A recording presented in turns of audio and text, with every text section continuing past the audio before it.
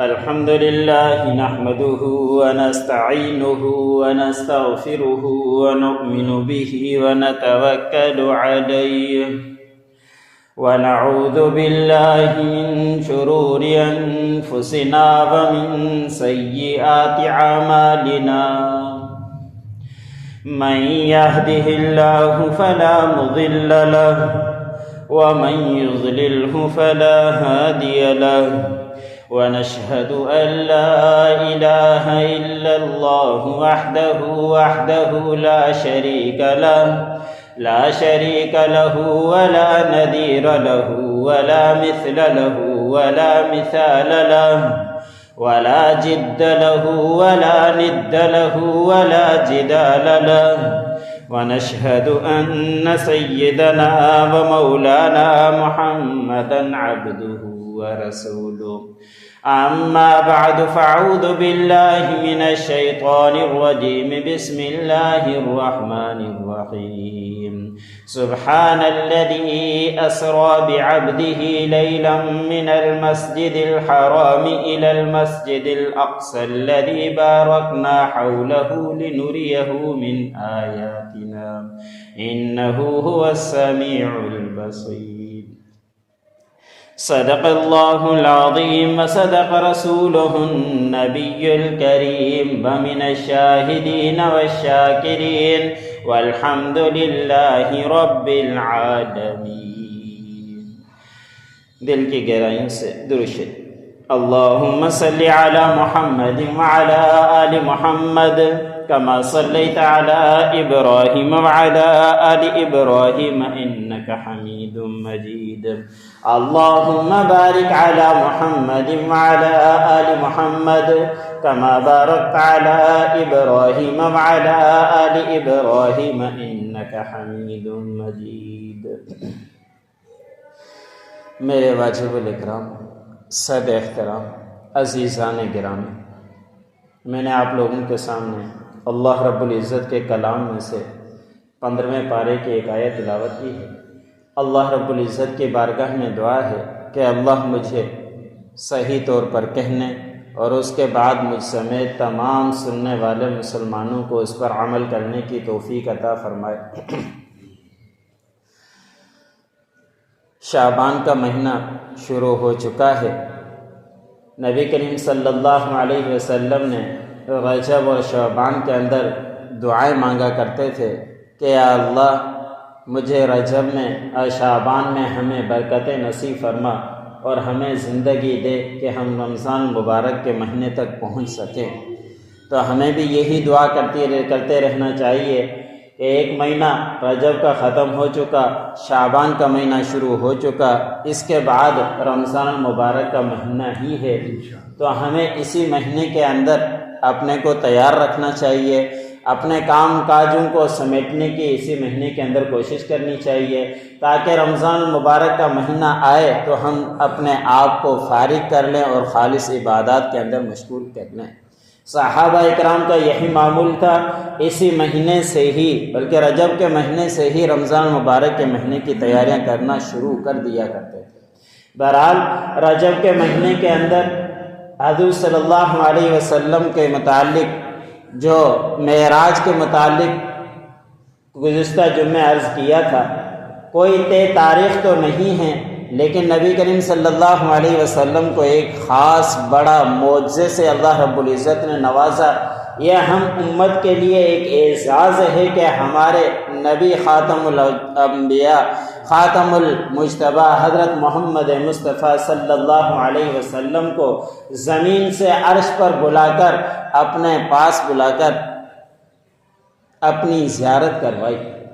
حضرت موسیٰ علیہ السلام نے اللہ رب العزت سے التجا کی تھی، عرض کیا تھا کہ اللہ میں آپ کو دیکھنا چاہتا ہوں. تو اللہ رب العزت نے جواب فرمایا کہ آپ مجھے دیکھ نہیں سکو گے. لیکن اللہ رب العزت نے حضور صلی اللہ علیہ وسلم کو اپنے پاس بلوا کر اور زیارت بھی کروائی. اور حضور صلی اللہ علیہ وسلم کو جو معراج ہوا اس کے اندر بہت سارے مشاہدات جو علماء کرام نے لکھے ہیں اور حضور صلی اللہ علیہ وسلم سے ساتوں آسمانوں کے اندر ہر نبی کے ساتھ ملاقات ہوئی ہے، اور اس ہر آسمان کے ہر نبی کے ساتھ جو ملاقات ہوئی اس کے متعلق بھی علماء اکرام نے حکمتیں لکھی ہیں۔ سب سے پہلے آسمان کے اوپر جو ہمارے زمین سے قریبی آسمان ہے، اس آسمان کے اوپر آدم علیہ السلام سے پہلے ملاقات ہوئی، اور اس کے اندر حکمتیں علماء اکرام نے لکھی ہے کہ حضرت آدم علیہ السلام سے پہلی ملاقات ہوئی، اس کے اندر حکمت یہ تھی کہ اگر آدم علیہ السلام کو جنت سے زمین کے اوپر جانا پڑ گیا، اللہ رب العزت نے حضرت آدم علیہ السلام سے ملاقات کروا کر یہ پیغام دینا مقصود تھا کہ آپ کو بھی مدینہ چھوڑ کر، مکہ چھوڑ کر مدینے کے اندر ہجرت کرنی پڑے۔ اس کے بعد حضرت آدم علیہ السلام سے ملاقات کے بعد دوسرے آسمان پر حضرت عیسیٰ علیہ السلام کے ساتھ ملاقات ہوئی۔ حضرت عیسیٰ علیہ السلام سے ملاقات کے اندر علماء اکرام نے حکمتیں یہ لکھی ہیں کہ حضرت عیسیٰ علیہ السلام کی جو والدہ ہے، ایک بڑی حکمت یہ ہے کہ حضرت مریم علیہ السلام جو حضرت عیسیٰ علیہ السلام کی والدہ ہے، قیامت کے دن جب قیامت قائم ہوگی تو حضرت عیسیٰ علیہ السلام کی والدہ کا نکاح حضور صلی اللہ علیہ وسلم کے ساتھ ہوگا۔ ایک بہت بڑی یہ حکمت علماء اکرام نے لکھی ہے۔ ایسے ہی دوسری حکمت یہ لکھی ہے کہ حضرت عیسیٰ علیہ السلام کے ساتھ ملاقات کے اندر یہ حکمت تھی کہ حضرت عیسیٰ علیہ السلام کے دشمن ہو گئے، حضرت عیسیٰ علیہ السلام کو قتل کے در پہ ہوئے، جس کا قرآن پاک کے اندر بھی تذکرہ ہے کہ اللہ رب العزت نے فرمایا کہ آپ کو قتل کرنا چاہتے ہیں لیکن یہ آپ کا بال بھی بھیگا نہیں کر پائیں گے۔ اور قرآن پاک کے اندر تذکرہ ہے کہ حضرت عیسیٰ علیہ السلام کے کوئی مشابہ ہو گیا، انہوں نے اس کو قتل کر دیا، سولی پر لٹکا دیا اور کہا کہ نعوذ باللہ ہم نے حضرت عیسیٰ علیہ السلام کو قتل کر دیا ہے۔ حضرت عیسیٰ علیہ السلام کو اللہ رب العزت نے آسمان پر بلا لیا، آسمان کے اوپر عیسیٰ علیہ السلام زندہ ہیں اور آسمان سے زمین پر تشریف لائیں گے۔ جب حضرت حضور صلی اللہ علیہ وسلم قیامت کی نشانیوں میں سے ہے کہ حضرت عیسیٰ علیہ السلام آئیں گے اور حضرت حضور صلی اللہ علیہ وسلم کی دین کی پیروی کریں گے، اس کے بعد ہے کہ قیامت قائم ہوگی۔ تو اللہ رب العزت نے جو ملاقات کروا کے یہ پیغام دیا کہ حضرت عیسیٰ علیہ السلام کے بھی دشمن ہوئے اور ان کے قتل کے در پہ ہوئے لیکن قتل نہیں کر پائے، آپ کے بھی دشمن ہوں گے، آپ کو مجبور کیا جائے گا، آپ یہاں تک کہ مکہ چھوڑ جائیں گے، آپ کے قتل کے در پہ ہوں گے، منصوبے بھی بنائیں گے، آپ کا پیٹ پیچھا بھی کریں گے، گرفتاری کے منصوبے بھی بنائیں گے، لیکن آپ کا بال بھی بھینگا نہیں کر پائیں گے، آپ ہجرت کر کے مدینے تک پہنچے۔ تو حضور صلی اللہ علیہ وسلم کے عیسیٰ علیہ السلام کے ساتھ جو ملاقات ہوئی اس کے اندر یہ حکمت علماء اکرام نے لکھی ہے۔ تیسرے آسمان پر حضور صلی اللہ علیہ وسلم کی ملاقات حضرت یوسف علیہ السلام سے ہوئی۔ حضرت یوسف علیہ السلام کے اپنوں نے ہی حضرت یوسف علیہ السلام کے ساتھ حسد کیا تھا، اپنے ہی حضرت یوسف علیہ السلام کے ایک طرح سے دشمن ہو گئے تھے۔ حضرت صلی اللہ علیہ وسلم سے حضرت یوسف علیہ السلام سے ملاقات ہوئی کہ آپ کے اپنے ہی مخالف ہوں گے، جس طرح کہ یوسف علیہ السلام کے اپنے ہی ان کے مخالف ہوئے تھے، حسد کیا۔ حضرت یوسف علیہ السلام کے سگے بھائیوں نے کنویں کے اندر جا کے پھینکا اور پھینکنے کے بعد جھوٹا رونا آ کر یعقوب علیہ السلام کے سامنے روئے تھے اور رو کر کہا تھا کہ یوسف علیہ السلام کو بھیڑیا کھا گیا، اور انہوں نے یہ حسد کے طور پر کیا تھا۔ حضرت صلی اللہ علیہ وسلم کے یوسف علیہ السلام سے ملاقات کے اندر حکمت نے یہ لکھی ہے کہ آپ کے اپنے ہی مخالف ہو جائیں گے، جیسا یوسف علیہ السلام کے اپنے ہی مخالف۔ حضرت صلی اللہ علیہ وسلم کے چچا ابو لہب اپنے ہی تھے۔ جب حضرت صلی اللہ علیہ وسلم نے دعوت دی تھی تو اس وقت ابو لہب نے پتھر اٹھا کر حضرت صلی اللہ علیہ وسلم کی طرف پھینکا تھا کہ تباً لگا، آپ ہلاک ہوں، آپ نے ہمیں اسی لیے یہاں جمع کیا تھا۔ تو اپنے ہی حضرت صلی اللہ علیہ وسلم کے مخالف ہوئے۔ اللہ رب العزت نے یوسف علیہ السلام سے ملاقات کروا کر ایک حکمت یہ بتائی کہ آپ کے اپنے ہی مخالف ہوں گے، اور اس کے اندر دوسری حکمت یہ بتلائی کہ آپ کے اپنے مخالف ہوئے، حضرت یوسف علیہ السلام کے اپنے مخالف ہوئے، کچھ وقت کے بعد حضرت یوسف علیہ السلام مصر کے بادشاہ بنے، مصر کے بڑے بن گئے، ان کے اپنے ہی بھائی آ کے حضرت یوسف علیہ السلام کے در پر مانگنے کے لیے پہنچے۔ اس وقت یوسف علیہ السلام نے اعلان کروایا تھا کہ آج میں آپ لوگوں کو معاف کرتا ہوں، میں بدلہ ہرگز نہیں لیتا جیسا آپ لوگوں نے مجھ کے ساتھ میرے ساتھ کیا تھا۔ حضرت یوسف علیہ السلام نے بادشاہ بننے کے بعد یہ کہا تھا، اس کے اندر یہ حکمت تھی کہ آپ بھی مدینے سے مکے کے اندر آئیں گے، مکہ آپ کے ہاتھ سے فتح ہوگا، یہی دشمن آپ کے در پہ آئیں گے، لیکن اس وقت آپ وہی اعلان کریں گے جو حضرت یوسف علیہ السلام نے اعلان کیا۔ مکہ جب فتح ہوا تھا تو اس وقت ایک ایک دشمن جہاں جہاں آپ صلی اللہ علیہ وسلم کو صحابہ اکرام کو پریشان کیا تھا جنہوں نے،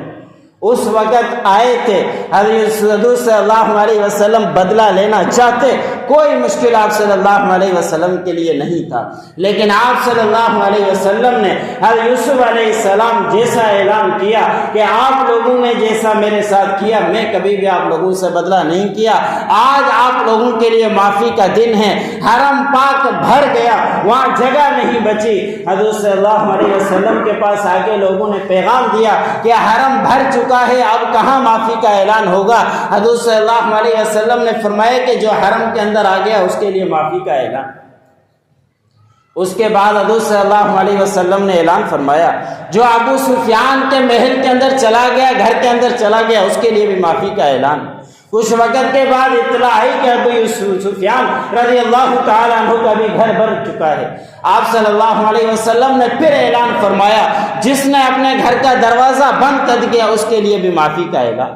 تو حضرت صلی اللہ علیہ وسلم کی تیسرے آسمان پر یوسف علیہ السلام سے ملاقات ہوئی، اس کے اندر یہ حکمت علماء کرام نے لکھی ہے کہ جس طرح کے حضرت یوسف علیہ السلام نے معاف کیا تھا، آپ صلی اللہ علیہ وسلم بھی اسی طرح معافی کا اعلان کریں۔ چوتھے آسمان پر حضرت ادریس علیہ السلام سے ملاقات ہوئی، 1,24,000 کم و پیش اللہ رب العزت نے انبیاء اکرام بھیجے، اس کے اندر واحد حضرت ادریس علیہ السلام ایسے نبی تھے جو کاتب تھے، لکھنا جانتے تھے، اچھے طریقے سے لکھنا جانتے تھے، اور کوئی نبی لکھنا نہیں جانتا۔ حضرت ادریس علیہ السلام کے ساتھ ملاقات کے اندر حکمت علماء کرام نے لکھی ہے کہ آپ جب زمین پر جائیں گے، آپ کا جب مکہ فتح ہوگا، آپ اپنے ہاتھ سے روم کی طرف، کیسر کی طرف، کسرا کے بادشاہوں کی طرف پیغام ہاتھ سے لکھ کر بھیجیں گے۔ یہ حکمت علماء کرام نے کتابوں کے اندر۔ اس کے بعد صلی اللہ علیہ وسلم کی ملاقات 5ویں آسمان پر حضرت ہارون علیہ السلام سے ہوتی ہے، 6ٹھے آسمان پر موسیٰ علیہ السلام سے ہوتی ہے، 7ویں آسمان پر حضرت ابراہیم علیہ السلام سے ملاقات ہوتی ہے۔ ان کے اندر بھی علماء کرام نے مختلف حکمتیں لکھی ہیں۔ اس کے بعد 7 آسمان کے بعد حضرت صلی اللہ علیہ وسلم کے ساتھ جبرائیل علیہ السلام ساتھ تھے۔ حضرت جبرائیل علیہ السلام نے فرمایا اب میں آپ کے ساتھ آگے چلنے کے لیے نہیں چل سکتا، اگر میں آگے گیا تو میرے پر کٹ جائیں گے، میرے پر ختم ہو جائیں گے۔ اس کے بعد حضرت صلی اللہ علیہ وسلم اکیلے اللہ رب العزت سے کلام، اور اس کے بعد جو حضرت صلی اللہ علیہ وسلم وہاں پر عجائبات دیکھے تھے، جنت بھی دیکھی، جہنم بھی دیکھی، اور آپ صلی اللہ علیہ وسلم نے وہاں کچھ لوگوں کو جو دیکھا، سزا کے اوپر دیکھا، آپ صلی اللہ علیہ وسلم نے دیکھا کہ کچھ لوگوں کے سر کچلے جا رہے، ایک سر نیچے پڑا اور پتھر نیچے پڑا، اس کے اوپر سر، اور پھر اس کے اوپر پتھر مارے جا رہے، جس کی وجہ سے اس کا سر کچل دیا جاتا ہے، تھوڑی دیر کے بعد پھر صحیح ہو جاتا ہے۔ پھر حضرت صلی اللہ علیہ وسلم نے دیکھا کہ دوبارہ ان کے اوپر سر پتھر کے ساتھ سر کچلا جاتا ہے، بار بار یہ کیفیت ہوتی ہے۔ حضرت صلی اللہ علیہ وسلم نے حضرت جبرائیل علیہ السلام سے سوال کیا کہ جبرائیل یہ کون لوگ ہیں، کس وجہ سے ان کو سزائیں دی جا رہی ہے؟ یہ بخاری شریف کے اندر حدیث ہے۔ حضرت صلی اللہ علیہ وسلم کو حضرت جبرائیل علیہ السلام نے فرمایا کہ یہ وہ لوگ ہیں جو نمازوں کے اندر سستی کیا کرتے، کہ آپ میری طرف نماز تو پڑھتے تھے لیکن نماز کے اندر سستی کیا کرتے تھے۔ نہ پڑھنے والوں کی سزائیں تو الگ ہیں، جو نماز بھی پڑھتے ہیں وقت کو ٹال دیتے ہیں، وقت جو چل رہا اس وقت گھر کے اندر بیٹھے ہوئے باتیں چل رہی ہے، گپیں چل رہی ہے، تھوڑی دیر کے بعد چلے جائیں گے، اسے کہتے کہتے نماز کا وقت نکل جاتا، پھر اپنے گھروں کے اندر پڑھ لیتے ہیں یا وقت نکالنے کے بعد آ کے پڑھتے ہیں۔ امام الانبیاء نے دیکھا کہ ان لوگوں کو اس طرح کی سزائیں بتا دیتا ہوں کہ وہ جو کشتی تھی میرے بھائی اور دوستو، یہ کوئی معمولی سزا ہے، میں محنت کرتے اس میں کوئی راوی نہیں ہے۔ آپ صلی اللہ علیہ وسلم خود مشاہدہ کر کے اپنی امت کو بتلا رہے ہیں کہ تم نماز کے اندر سستی نہ کیا کرو، جو نماز کے اندر سستی کیا کرتا ہے ان کو اس طرح کا عذاب دیا تھا۔ جائے۔ اس کے ماں باپ دونوں مومن تھے، ہمیں اندیشہ ہوا کہ باقی آپ لوگ ہر کسی کو واقف ہے کہ کتنی نمازیں پڑھتے ہیں، کتنی پابندی کیا کرتے ہیں، کتنی سستی کرتے ہیں، ہر کوئی اپنے متعلق خود ہی جان سکتا ہے۔ لیکن جو نبی کریم صلی اللہ علیہ وسلم نے سزا دیکھی وہ آپ لوگوں کے سامنے عرض، اور وہ جو دیوار ایسے ہی نبی کریم صلی اللہ علیہ وسلم نے فرمایا میں نے کچھ لوگوں کو دیکھا جہنم کے اندر کہ ان کے ہونٹ کینچوں کے ساتھ کاٹے جا رہے۔ پروردگار نے چاہا آپ صلی اللہ علیہ وسلم حضرت جبرائیل علیہ السلام سے پوچھا، اور یہ بات بھی یاد رہے کہ ایک دفعہ ہونٹ کاٹنے کے بعد کٹ جاتے ہیں، لیکن یہ بار بار سزائیں دی جاتی ہے، کٹنے کے بعد پھر صحیح ہو جاتے ہیں، پھر کاٹے جاتے ہیں، پھر صحیح ہو جاتے ہیں، یہ سزا چلتی رہے گی۔ آپ صلی اللہ علیہ وسلم نے فرمایا اے جبرائیل ان کو یہ سزا کس بنا پر دی جا رہی ہے؟ حضرت جبرائیل علیہ السلام نے یہ فرمایا یہ ایسے عالم تھے جو جاننے والے تھے، جاننے کے باوجود بھی اس کے اوپر عمل نہیں کیا کرتے تھے، ان کو یہ سزائیں دی جا رہی ہیں کہ ان کو علم بھی ہے، جانتے بھی ہیں، لیکن عمل کو چھوڑ دیا ہے، عمل نہ کرنے کی وجہ سے ان کو اس طرح کی سزائیں دی جا رہی ہیں۔ ایسے ہی حضرت جبرائیل علیہ السلام نے فرمایا کہ یہ وہ عالم ہیں جو لوگوں کو حق بیان نہیں کرتے، ان کو بھی اسی طرح کی سزائیں دی جا رہی ہیں۔ ایسے ہی حضرت صلی اللہ علیہ وسلم نے دیکھا کہ ایک تندور ہے اور اس کے اوپر اندر بغیر کپڑے کے لوگ اندر چل رہے ہیں۔ حضرت صلی اللہ علیہ وسلم نے فرمایا کہ جبرائیل یہ کون لوگ ہیں؟ حضرت جبرائیل علیہ السلام نے جواب دیا یہ وہ لوگ ہیں جو زنا کیا کرتے تھے، زنا کرنے کی وجہ سے ان کو یہ سزائیں دی جا رہی ہیں۔ حضرت صلی اللہ علیہ وسلم نے مزید دیکھا کہ آپ صلی اللہ علیہ وسلم نے دیکھا کہ کچھ لوگ ہیں جن کے ناخن تانبے کے ہیں اور ان ناخنوں کے ذریعے اپنے چہروں کو نوچ رہے۔ حضرت صلی اللہ علیہ وسلم نے حضرت جبرائیل علیہ السلام سے سوال کیا کہ اے جبرائیل یہ کون لوگ ہیں، ان کو کس وجہ سے یہ سزائیں دی جا رہی ہے کہ اپنے ہی ناخن ہیں تانبے کے، اپنے ہی ہاتھوں سے چہروں کو نوچ رہے ہیں۔ حضرت صلی اللہ علیہ وسلم کو حضرت جبرائیل علیہ السلام نے جواب دیا کہ یہ وہ لوگ ہیں جو غیبتیں کیا کرتے تھے، چغلیاں مارا کرتے تھے، ان کو یہ سزائیں دی جا رہی۔ غیبت کی بیماری آج کل ہمارے معاشرے کے اندر عام ہوتی جا رہی ہے، جس کو ہمارے معاشرے کے اندر گناہ ہی نہیں سمجھا جاتا۔